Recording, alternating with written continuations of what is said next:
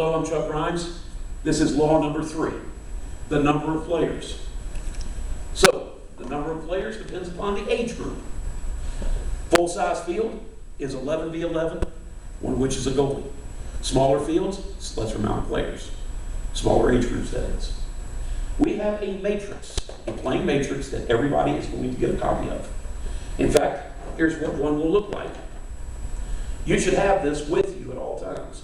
How will you have it? You'll get sent that by officials at PSA. It will also be available on the PSA referees, which is really the soccer referees, not PSA. Our website, blowthewhistle.us, where you get it at any time. The matrix has all kinds of things that are going to help you. Number of players, minimum number of players, lengths of the half. Do we allow this? Do we allow this? Do we allow this? Is there offside call? Is it indirection? All kinds of things. But for the number of players on the playing field, you have a minimum number as well. 7v7, or I'm sorry, 11v11, the minimum is 7. Okay? All players and substitutes are to be listed on each team roster. By the way, the rules of PSA, the roster has to be turned in by the coach. It is not up to the referee to ask for the roster from the coach. It's right there in the rules. So they should be giving it to you. Will they? Remains to be seen. But all players need to be on there. First names, last names, uniform numbers. If they don't have all 3, it is an improper roster. It also is supposed to have all the coaches' names on there. So if you've got 3 coaches on the sideline, there should be 3 coaches' names on this roster. Okay? Mandatory that all coaches wear a PSA badge, visibly worn. You see this? This one's mine. Every coach should have it visibly worn. What is visibly worn? That is around your neck, maybe a lapel, maybe here, but here's what's not visibly. In your pocket or off in your soccer bag. If a coach does not have his badge on, ask him, Coach, where's your badge? And depending upon the reason you get, if he doesn't have it, if he has it in his bag, tell him, Coach, please go put it on. If it's in the car, you have every right to say, Coach, God gave you legs. Use them to go get it. Okay? Everybody has to have a badge. I wear a badge, and everybody else like me wears a badge. We don't even think about it. I have fun with it. You see all my little Mr. T stuff on it. We allow up to 3 coaches on each sideline. We're not going to have everybody and their mother coaching. We like a roster in which every coach has got his badge. Every parent has got a badge. That means you're going to have somebody that can coach that game. However, only 3 are allowed on the sideline at any given time. You have to have at least 1. You don't have 1, you've got a problem. Technically, you're not going to have a game. However, for PSA, we would like for you to, at the younger age groups, see if one of the coaches of the other team can come over, because, really, kindergarten, first grade, do they even know what they're doing? Does it matter what the coach says? Probably not. All coaches should remain within their technical area. It'd be nice if we could enforce that, but if you can't, I understand. 11v11, one of which must be a goalkeeper. It's not 10 plus a goalkeeper, it's 11, one of which is a goalkeeper. I probably said the same thing there, but it's to make sure they understand you cannot play without a goalkeeper. If a coach says, I don't have enough people, can I go without a goalkeeper? I said, no, sir. If you got 7, which is the minimum, that means you're going to have a goalkeeper and 6 other players not known as a goalkeeper. Speaking of which, 7 is your minimum. Let's say a team only has 7 to begin the game. If they have less than 7, there is no official game. Okay, there's no arguing about that. You begin the game with 7. Let's say you continue the game with 7. Now let's say something happens in the game to one of the 7 players. Gets hit in the face with a ball and his nose is now bleeding. Well, he's not going to continue playing with a nosebleed, so he's going to have to leave the field. That means we went back from 7 to 6. Does that mean the game's over? No, it does not. That's what's called a temporary situation. Yes, for that time, 5, 10 minutes even, they can play with 6 players. If you're playing 6 on 11, you probably get your know-what speed. It happens. Okay? Player comes back. Now, what changes it from temporary to permanent? Well, let's say in the first half, kid gets hit in the face with the ball, and he's bleeding, and he never came back in the first half. And you, as an attentive referee, which you should always be, you notice that the player, you were asking the coach, hey, how about that player? Oh, he left. Oh, really? Well, if he left, now the game's over, because it went from temporary to permanent. Later rivals are allowed to play. If you're not there at game time, that's fine. But when you come, you need to have your equipment inspected by the assistant referee, which is a later law coming up. And a player needs to ask permission of the referee. Let's say that you're playing 7 on 11. Player number 8 comes. He can't just walk onto the field. He needs to have the referee give him permission. This is an example of a matrix. Now, I'll say on this, we wrote old, so you don't print this and think this is our matrix. We have a new one. What I do is I print a matrix, and notes here, tells you the year of the matrix right here. So you always know you have a current matrix. I never want to give a referee a situation where a coach can question him and he not have the stuff he needs. Even if we don't change the matrix, which is not changed in 2 years, by the way, we will change the date on the matrix so it's current. Okay? Now, substitutions. According to the laws of the game, FIFA laws of the game, they allow 3 substitutes, but I believe it's changed to 5. 5 substitutes a game. You can substitute anybody you want at any time, but the player leaves the game and he never comes back. Now, for PSA and recreational leagues like us, we all do unlimited substitutions. What does that mean? Players come, players go. Check in, check out. Simple as that. When can a player substitute? Well, because it's unlimited on the substitutions, there's still limitations on how you substitute, which, by the way, is coming up on the next slide. Okay? When can a team substitute? They can substitute on throw-in if it's their possession. Now, also, if it's their possession and they initiate it, the other team is allowed to sub as well. So if the ball goes out of bounds on red and it's blue's throw-in, and blue wants to sub, red can also sub. But red cannot sub unless they have possession of the ball or blue is allowed it. If it's a goal kick, either team can sub. Anytime, every time. After a goal is scored, obviously, everybody's leaving the field. One team celebrating, the other team's got a little bit down. Great times to substitute players. If there's an injury on the field, remember what I talked about with the kid getting hit face with the ball and he's bleeding? Well, now he's off the field. Or he's on the field, coach is attending to him. So, the other team can sub, but it has to be the same number of players. Meaning, one player's coming off the field, the other team can only sub one player. Halftime, start of any extra periods, and then of course this one, referee discretion. You're going to see us talk about this a lot. The referee can make the decision, usually when it's really hot. Okay? You might allow open subs because it is 95 degrees outside and we don't want anybody to pass out. Now, like I mentioned earlier, there are times when you are not allowed to sub. One of which is anytime there's a foul or some kind of violation on the field. If there's a foul on the field, red trips blue, blue has a free kick. Blue has a right to put that ball down and go.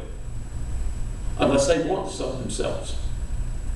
Okay? In which case they yell sub. We'll get to that in a moment. Alright? But they cannot just, the other team cannot just sub because otherwise you would do it every time you could. Any corner kick, same thing. Ball goes out of bounds, team runs over there, they got their corner kick and they're ready to go because they're alert to the game. Boom, they're going. Okay? You don't have to allow for something there. And of course, a penalty kick. If your top penalty kicker is out because he's on a break because he, just resting, and you got a PK, sorry, but he's not going to be able to take it. All right?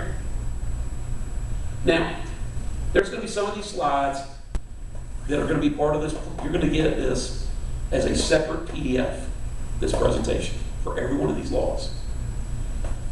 We're not going to go and read every one of these words because these videos will be 20 minutes long, or an hour. So, basically, substitutes must be ready and waiting at halfway line. What we don't want to see is a coach yell sub, and then his players not be ready to go. Like, sub! And he looks around over here and he's, We need the players ready to go. 3 ready to go, they go on the field. 3 ready to come off the field. By the way, referees informed, substitution should be allowed. In other words, for lack of a better phrase, coaches are asking the referee without having to say, Mr. Referee, sir, can I please sub? But when they sub, you have a right to say no. Usually, last couple minutes of the game, good idea to say, guys, we're going to decide this game with all the players on this field right now. Okay? That's called gamesmanship. All right? Players need to be off the field before on. 3 players come off the field, 3 players come on. You kind of have a little bit of chaoticness if you have everybody out there. Because the funny thing is, these kids, they want to play. The kids on the sideline want to get into the game. The kids that are supposed to come off, they don't want to come off. So they're going to lollygag a little bit. It's up to you to make sure they're off before they go on. If it's close, life goes on. Okay? Now, technically, the players are supposed to leave the field, and we got a field now. FIFA changed the rule in this. The player's supposed to leave the field at the closest spot he can leave the field. So let's say this right up here is the team's place, and they saw a player who's standing right here. Well, in the old days, he would just run over to his sidelines as fast as he could. Now the rule is they're supposed to leave the field of play and walk around. If they complain that this is enemy territory, then just go to your team's sideline and come off the field. Because it allows us to restart the game faster. Okay? If a player refuses to leave the field of play, the substitution is disallowed. Let's say the coach wants to sub with 5 minutes left, and one of the players he's supposed to bring out is his son. And of course, Dad, I don't want to come out, and he refuses.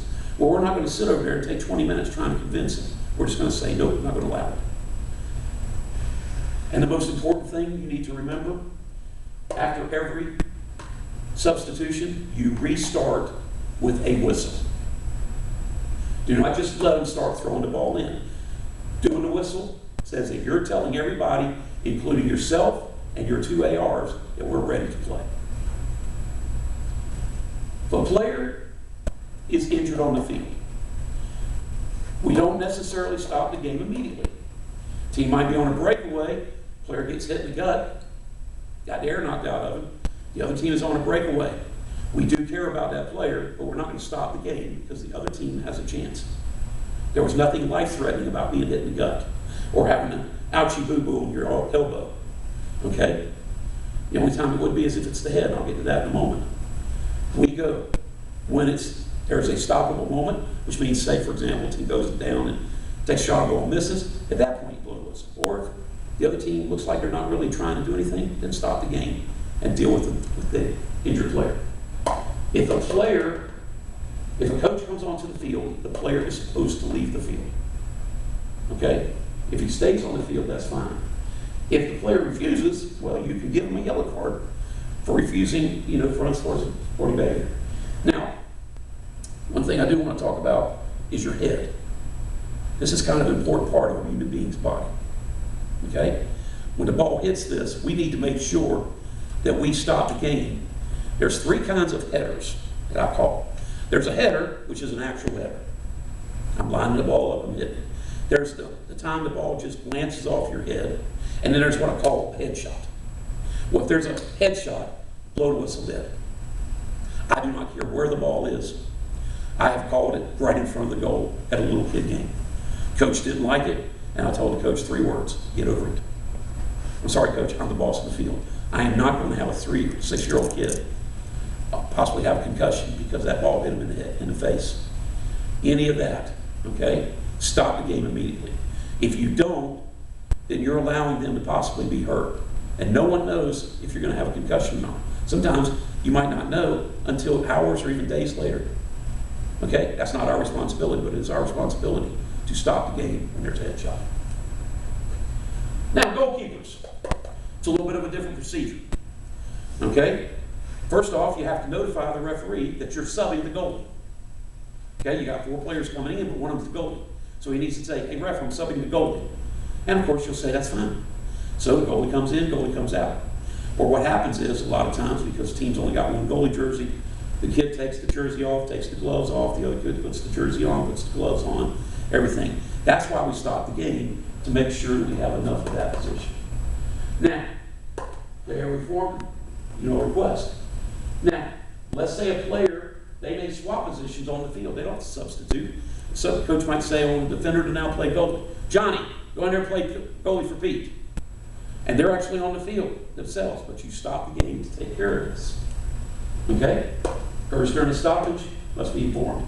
If they try and do it without your permission, and you're going to see that a lot, because coaches want us to think they run the game, and they do not. First off, both players get cautioned. Let's put it like this. Let's say you have a defender and a goalkeeper, and you're on the field, and the action goes in the other direction. And when you come back, you notice it's two different people now. That means the substitution was done without your permission. If that's the case, both players get cautioned at the next stoppage. Both players with a yellow. Extra people on the roster, I'm not going to go over this ad nauseum, but basically, if they're not on the roster, they're not allowed to play. Players being sent off. Now, one of the nice things about soccer is a player can be thrown out of a game at any time, including after the game is over. If it's before the game, a team does not play short. If it's after a game, the team does not play short. But if it's during the game, and by the way, halftime is during the game, then that means that the team plays short. So let's put it like this. If you're a player that's got a big mouth, and you see a referee coming that you don't like, you better call him something now. And then you're just out of the game. If you do it while the game's going on, now your team's going to be down a man. Okay? You are not allowed to replace him. And you play short the entire game. By the way, even long after the game is played. One thing that drives me crazy about baseball is after a manager gets thrown out, he goes to town on the referee or the umpire. You know what? That doesn't occur here in soccer. If I tell you to leave with a red card, get out of here now. You keep on, you're just going to get in more and more trouble. After the game is over, just because the game ended, doesn't mean he's got carte blanche to come and attack you. In a verbal way, of course. Get him out of there too. All of us thrown our sheriff coaches out after a game has been over. Sometimes long after the game is over. Now, can you throw him out 2 days later when you see him at a convenience store? No. But you can throw him out 30 minutes after the game's over if you want. There's no timing, by the way, okay? Substitutes being off the field, essentially, basically, just remember, if there's some kind of outside interference, and when we talk about, let me go back to extra persons on the field. Notice here, outside agent, okay? What is an outside agent? It could be several different things. It could be another player. It could be a soccer ball. It could be an animal, or it could be a person like grandma trying to, who's on the field. Those are what's called outside agents. And when that happens, you stop the game if what they're doing becomes a hindrance. Okay? If a goal is scored with an extra person on the field, how do you correct it? Well, you can correct it all the way up to the kickoff to restart the game. So let's say a team scores a goal, they're all celebrating, everybody's all giddy, and before you kick off, you realize they had 12 players on the field. So guess what? No goal, and we restart with a goal kick. Simple as that. Yes, you can do that. It is in the laws of the game, written just like that. Okay? You do not allow it to play, stop play, remove the player if you need to. If he's on the field, he gets a yellow card for, entering the field without your permission. You restart with the kickoff, and of course, anytime you give a card, you need to let us know, meaning the officials at PSA. And that is all of Law 3.